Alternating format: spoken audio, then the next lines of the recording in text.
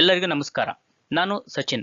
ಬನ್ನಿ ಈ ವಿಡಿಯೋದಲ್ಲಿ ಸ್ವಿಂಗ್ ಟ್ರೇಡಿಂಗ್ ಮೂಲಕ ನಾನು 8,000 ರೂಪಾಯಿ ಗಳಿಸಿದ್ದೀನಿ. ಅದು ಹೇಗೆ ಗಳಿಸಿದೆ, ನಾನು ತಗೊಂಡಂಥ ಶೇರು ನೆಸ್ಲೆ ಮತ್ತು ಟಾಟಾ ಸ್ಟೀಲು, ಅದರಲ್ಲಿ ನನ್ನ ರಿಸ್ಕ್ ಏನಿತ್ತು, ಅದರಲ್ಲಿ ನಾನು ಎಷ್ಟು ಪ್ರಾಫಿಟ್ ತಗೊಂಡಿದ್ದೀನಿ, ಮತ್ತು ಅದ್ರ ಬಿಹೈಂಡ್ ಲಾಜಿಕ್ ಏನಿತ್ತು ಆ ಟ್ರೇಡ್ ತಗೊಳಕ್ಕೆ ಅಂತಂದ್ಬಿಟ್ಟು ನೋಡೋಣ. ನನಗೆ ಇದರಲ್ಲಿ ಟೋಟಲು 8,400 ರೂಪೀಸ್ ಪ್ರಾಫಿಟ್ ಆಗಿದೆ. ಅದರಲ್ಲಿ ನಾನು ಪೇ ಮಾಡಿರೋ ಚಾರ್ಜಸ್ಸು 200 ರೂಪೀಸು. ನನಗೆ ಟೋಟಲ್ ರಿಲೀಸ್ ಆಗಿರೋಂಥ ಪ್ರಾಫಿಟ್ 8,200 ರೂಪೀಸು. ಒಂದನೇದು ಟಾಟಾ ಸ್ಟೀಲಲ್ಲಿ ನನಗೆ 5,400 ರೂಪೀಸ್ ಪ್ರಾಫಿಟ್ ಆಗಿದೆ. ಇನ್ನೊಂದು ನೆಸ್ಲೆ ಇಂಡಿಯಾದಲ್ಲಿ 2,800 ರೂಪೀಸ್ ಪ್ರಾಫಿಟ್ ಆಗಿದೆ. ಇಲ್ಲಿ ನೀವು ಅಬ್ಸರ್ವ್ ಮಾಡಿದ್ರೆ ನೆಸ್ಲೆಯಲ್ಲಿ ನಾನು 20 ಕ್ವಾಂಟಿಟಿಯಲ್ಲಿ ಎಂಟ್ರಿ ಕೊಟ್ಟಿದ್ದು. ಅವರೇಜ್ ಪ್ರೈಸ್ ಇರೋದು 2,550 ಇದೆ. ಟಾಟಾ ಸ್ಟೀಲಲ್ಲಿ ಟೋಟಲ್ 330 ಕ್ವಾಂಟಿಟಿ ಎಂಟ್ರಿ ಕೊಟ್ಟಿದ್ದೀನಿ. ಅದರದ್ದು ಅವರೇಜ್ ಪ್ರೈಸು 151. ಈಚ್ ಶೇರಲ್ಲಿ ನಾನು ಇನ್ವೆಸ್ಟ್ ಮಾಡಿದಂಥ ಅಮೌಂಟು 50,000 ರೂಪೀಸು. ಅದನ್ನು ನೀವು ಕ್ಯಾಲ್ಕುಲೇಟ್ ಕೂಡ ಮಾಡ್ಬೋದು. ಇಲ್ಲಿ ಇದು ನೆಸ್ಲೆಯಲ್ಲಿ ಟೋಟಲು 20 ಕ್ವಾಂಟಿಟಿ 20 ಇಂಟು 2550 ನೀವು ನೋಡಿದ್ರಿ ಅಂತಂದರೆ ಇಲ್ಲೊಂದು 51,000 ರೂಪೀಸ್ ಎಂಟ್ರಿ ಕೊಟ್ಟಿದ್ದೀನಿ. ಇನ್ನೊಂದು ಟಾಟಾ ಸ್ಟೀಲಲ್ಲಿ 330 ಇಂಟು 151 ಇದನ್ನು ನೋಡಿದ್ರೆ ಅಂದರೆ ಇಲ್ಲಿ 49,800 ರೂಪೀಸ್, ಅರೌಂಡ್ 50,000 ರೂಪೀಸ್ ನಾನು ಎರಡರಲ್ಲಿ ಎಂಟ್ರಿ ಕೊಟ್ಟಿದ್ದೆ. ಆ ಟೋಟಲ್ 1 ಲ್ಯಾಕ್ ಇನ್ವೆಸ್ಟ್ಮೆಂಟಲ್ಲಿ ನಾನು ಟೋಟಲ್ ಅರ್ನ್ ಮಾಡಿರೋಂಥ ಅಮೌಂಟು 8,000 ರೂಪೀಸ್. ಈ ಟಾಟಾ ಸ್ಟೀಲಲ್ಲಿ ನಾನು ಟೋಟಲ್ ರಿಟರ್ನು 10% ಇದೆ. ಇನ್ನು ನೆಸ್ಲೆಯಲ್ಲಿ 5.5% ಇದೆ. ಬನ್ನಿ ಇವೆರಡು ಟ್ರೇಡಿಂದು ಲಾಜಿಕ್ ಏನಿದೆ ಅಂತ ಅಂದ್ಬಿಟ್ಟು ನೋಡೋಣ.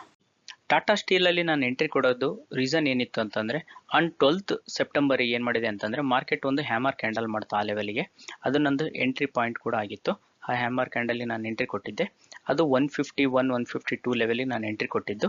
ಇನ್ನೊಂದು ರೀಸನ್ ನಾನು ಎಂಟ್ರಿ ಕೊಡೋಕ್ಕೆ ಒಂದು ಹ್ಯಾಮರ್ ಕ್ಯಾಂಡಲು, ಇನ್ನೊಂದು ಫಾರ್ಮೇಷನ್ ಏನು ಅಂತಂದರೆ ಅಟ್ 148ಗೆ already market one time support ತಗೊಂಡಿತ್ತು. ಅದೇ ಲೆವೆಲಿಗೆ ಇನ್ನೊಂದು ಟೈಮು ಸಪೋರ್ಟ್ ಕೂಡ ತಗೊಂಡು ಅಪ್ ಮೂವ್ ಕೊಡ್ತು. ಸೊ ಅದಕ್ಕೋಸ್ಕರ ನಾನು ಸಪೋರ್ಟ್ ಲೆವೆಲಲ್ಲಿ ಮಾರ್ಕೆಟು ಸಪೋರ್ಟ್ ತಗೊಂಡು ಅಪ್ ಮೂವ್ ಹೋಗ್ತಾ ಇದೆ, ಮತ್ತು ಒಂದು ಹ್ಯಾಮರ್ ಕ್ಯಾಂಡಲ್ ಕೂಡ ಮಾಡ್ತು. ಅದಕ್ಕೋಸ್ಕರ ನಾನು ಎಂಟ್ರಿ ಕೊಟ್ಟಿದ್ದೆ. ಇದರಲ್ಲಿ ನೀವು ನೋಡಿದ್ರೆ ಅಂದರೆ ನಾನು ಸ್ಟಾಪ್ ಲಾಸ್ ಇದ್ದಿದ್ದು ಆ ಸ್ವಿಂಗ್ ಲೋ ಆಗಿತ್ತು. ಅಂದರೆ 168 ಕೆಳಗಡೆ ಏನಾದ್ರು ಮಾರ್ಕೆಟ್ ಕ್ಲೋಸ್ ಆದರೆ ನಾನು ಎಕ್ಸಿಟ್ ಆಗೋಣ ಅಂತ ಅಂದ್ಬಿಟ್ಟು ಎಂಟ್ರಿ ಕೊಟ್ಟಿದ್ದೆ. ಇದರಲ್ಲಿ ನೀವು ರಿಸ್ಕ್ ಅಬ್ಸರ್ವ್ ಮಾಡಿದ್ರೆ ಅಂದರೆ ನಂದು ಇದ್ದಿದ್ದು ಓನ್ಲಿ 3% ರಿಸ್ಕ್ ಆಗಿತ್ತು. ಆ 3% ರಿಸ್ಕಲ್ಲಿ ನಾನು ಇದರಲ್ಲಿ ಎಂಟ್ರಿ ಕೊಟ್ಟಿದ್ದೆ. ಅದರ ನಂತರ ನಾನು ಎಕ್ಸಿಟ್ ಆಗಿದ್ದು ಅರೌಂಡ್ 168 ಲೆವೆಲಿಗೆ. 168ಅಲ್ಲಿ ನಾನು ಎಕ್ಸಿಟ್ ಆಗಿದ್ದಾಗ ರೀಸನ್ ಏನಿತ್ತು ಅಂತಂದರೆ, ಒಂದು ನನಗೆ ಆಲ್ರೆಡಿ ರಿಸ್ಕ್ ಟು ರಿವಾರ್ಡ್ ನೀವು ಕ್ಯಾಲ್ಕುಲೇಟ್ ಮಾಡಿದ್ರಿ ಅಂತಂದರೆ ಆಲ್ರೆಡಿ ನನಗೆ 10% ರಿಟರ್ನ್ ಕೂಡ ಸಿಕ್ಬಿಟ್ಟಿತ್ತು. ಅಂದರೆ ಮೋರ್ ದ್ಯಾನ್ 1:3 ಪ್ರಾಫಿಟ್ ಕೂಡ ಆಗಿತ್ತು.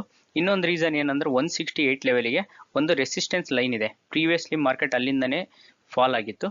ಇನ್ನೊಂದು ಇನ್ವರ್ಟೆಡ್ ಹ್ಯಾಮರ್ ಕೂಡ ಮಾಡಿತ್ತು 2 ದಿನ ಮುಂಚೆ. ಸೊ ಅದಕ್ಕೋಸ್ಕರ ನಾನು 30th ಸೆಪ್ಟೆಂಬರ್ಗೆ ಈ ಟ್ರೇಡಿಂದ ಎಕ್ಸಿಟ್ ಆದೆ 10% ಪ್ರಾಫಿಟಲ್ಲಿ. ಇದರಲ್ಲಿ ನನಗೆ 5,000 ರೂಪಾಯಿ ಪ್ರಾಫಿಟ್ ಕೂಡ ಆಗಿದೆ. ನೆಸ್ಲೆ ಇಂಡಿಯಾ ನನ್ನ ಸೆಕೆಂಡ್ ಟ್ರೇಡ್ ಆಗಿತ್ತು. ಇದರಲ್ಲಿ ನಾನು ಎಂಟ್ರಿ ಕೊಟ್ಟಿದ್ದು 2,550 ಲೆವೆಲಿಗೆ. ಇದರಲ್ಲೂ ಕೂಡ ಒಂದು ಹ್ಯಾಮರ್ ಕ್ಯಾಂಡಲ್ ಮಾಡಿತ್ತು. ಇದು ನನ್ನ ಎಂಟ್ರಿ ಪಾಯಿಂಟ್ ಕೂಡ ಆಗಿತ್ತು 2,550ಅಲ್ಲಿ. ಇದರಲ್ಲಿ ನಾನು ಸ್ಟಾಪ್ ಲಾಸ್ ಇದ್ದಿದ್ದು ಆ ಸ್ವಿಂಗ್ ಲೋ ಆಗಿತ್ತು. ಅಂದರೆ ಹ್ಯಾಮರ್ ಕ್ಯಾಂಡಲ್ ಕಂಟಿನ್ಯೂಸ್ ಆಗಿ 2 ಹ್ಯಾಮರ್ ಕ್ಯಾಂಡಲ್ ಮಾಡಿದೆ. ಹ್ಯಾಮರ್ ಕ್ಯಾಂಡಲ್ ಲೋ ನನ್ನ ಸ್ಟಾಪ್ ಲಾಸ್ ಆಗಿತ್ತು. ರಿಸ್ಕ್ ನೀವು ಕ್ಯಾಲ್ಕುಲೇಟ್ ಮಾಡಿದ್ರಿ ಅಂತಂದರೆ ಇದರಲ್ಲಿದ್ದು ಓನ್ಲಿ 2.5% ನನ್ನ ರಿಸ್ಕ್ ಆಗಿತ್ತು ಈ ಟ್ರೇಡಲ್ಲಿ. ಅದ ನಂತರ ನಾನು ಎಕ್ಸಿಟ್ ಆಗಿದ್ದು 2,700 ಲೆವೆಲ್ಗೆ. ಇಲ್ಲಿ ನಾನು ಎಕ್ಸಿಟ್ ಕೊಡೋಕ್ಕೆ ರೀಸನ್ ಏನಿತ್ತು ಅಂತಂದರೆ ಆಲ್ರೆಡಿ ನನ್ನ risk to reward already 5 to 5% ನನ್ನ ರಿವಾರ್ಡ್ ಕೂಡ ಸಿಕ್ಕಿದೆ.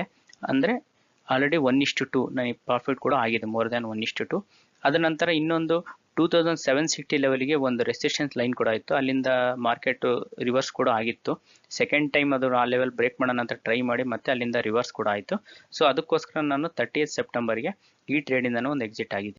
ಇದು ನಂದು 2 ಸ್ವಿಂಗ್ ಟ್ರೇಡು. 2 ಮೂಲಕ ನನ್ನ ಟೋಟಲು 8,000 ರೂಪೀಸ್ ಪ್ರಾಫಿಟ್ ಆಗಿದೆ. ಈ swing trading is the best trading ನಾನು ಹೇಳೋದು. ಯಾಕಂದರೆ ಸೆಬಿ ಕೂಡ ಒಂದು ರಿಪೋರ್ಟ್ ಬಿಟ್ಟಿದೆ 95% of the FNO traders are losers ಅಂತಂದ್ಬಿಟ್ಟು.